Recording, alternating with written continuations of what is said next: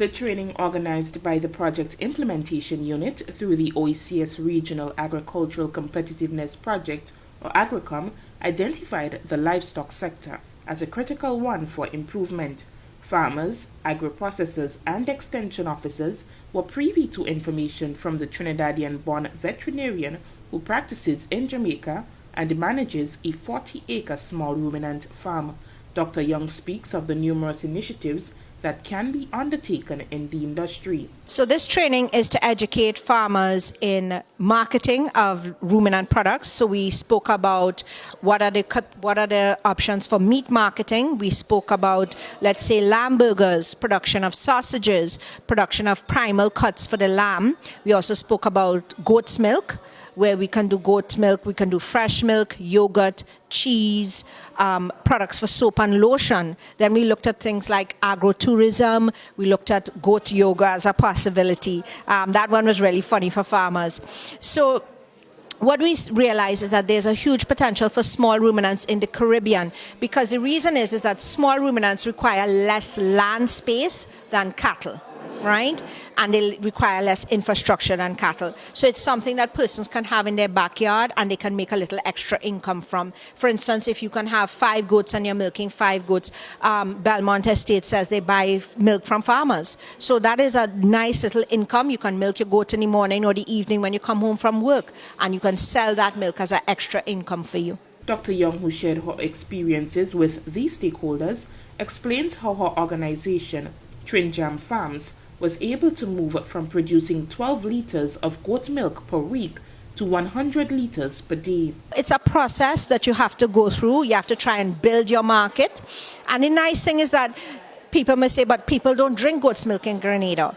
Well, then you're actually at the lowest level where nobody's drinking it, so you can only go up from there. So I would say it takes some perseverance and some ingenuitive marketing.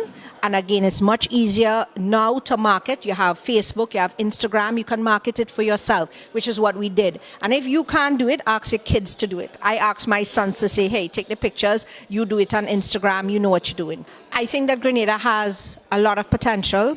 I do believe that assistance is needed in production parts and also maybe in marketing too. And I think the farmers are enthusiastic. They have a lot of will, but they also need to make sure that the policies developed by the government will partner with the farmers to help them. The youngest participant in the training was this student from the St. Patrick's Anglican School who has his own venture.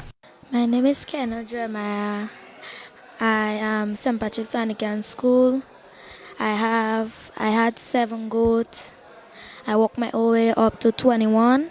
They teach us how to tag goat, how to know how much years a goat have, and different things about a goat. What I plan to do in the future is to have a lot of goats, sheep, pig, fowls, and make my own milk. We try to make sure the animal grow real good, strong, healthy. So if somebody come to buy animal now, we can sell them a good animal. I have a skincare company, Labont, and I use natural products. And I'm happy to be here today in terms of being able to learn more about goat farming and what to do and what not to do. I think one of the things that she spoke about was the marketing. We always forget that as farmers, we have a business.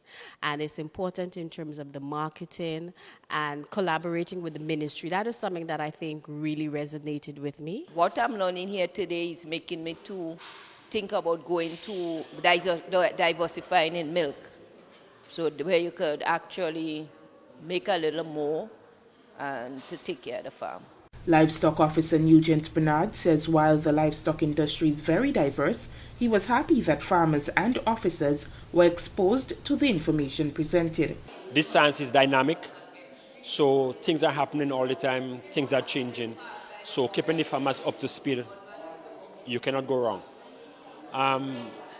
Some of the takeaway that I received here today, one, first of all, based on what Dr. Young is, the information that she's transferring, puts us in a position to recognize moving forward from the livestock industry standpoint, we need to be organized. Secondly, the whole aspect of market is important. If you're producing, you need to know where it is that you're going to sell your product. and we would have seen that doing small ruminants, both sheep and goat, it has a tremendous potential for market. And the various products you can make, right, could fit nicely into niche market. So I think these two things is important for us. Farmers knowing, look, I'm able to produce, and when I do produce, who it is I'm going to sell to. As part of the visit, Dr. Young visited several farms and farmers in Grenada, some of which are farmers of the St. Patrick's Goat Farmers Association, St. Patrick's Anglican School, St. Mark's or St. John's Small Ruminant Association, and Belmont Estates. Throughout the visit, she assessed the small ruminant farms, identifying areas for improvement. Livestock, an important sector, was one of several technical areas identified at the business plan stage for improvement under the AGRICOM project. The consultants provided recommendations to the ministry that will guide plans, policies, actions, and decisions for transformation of the livestock sector.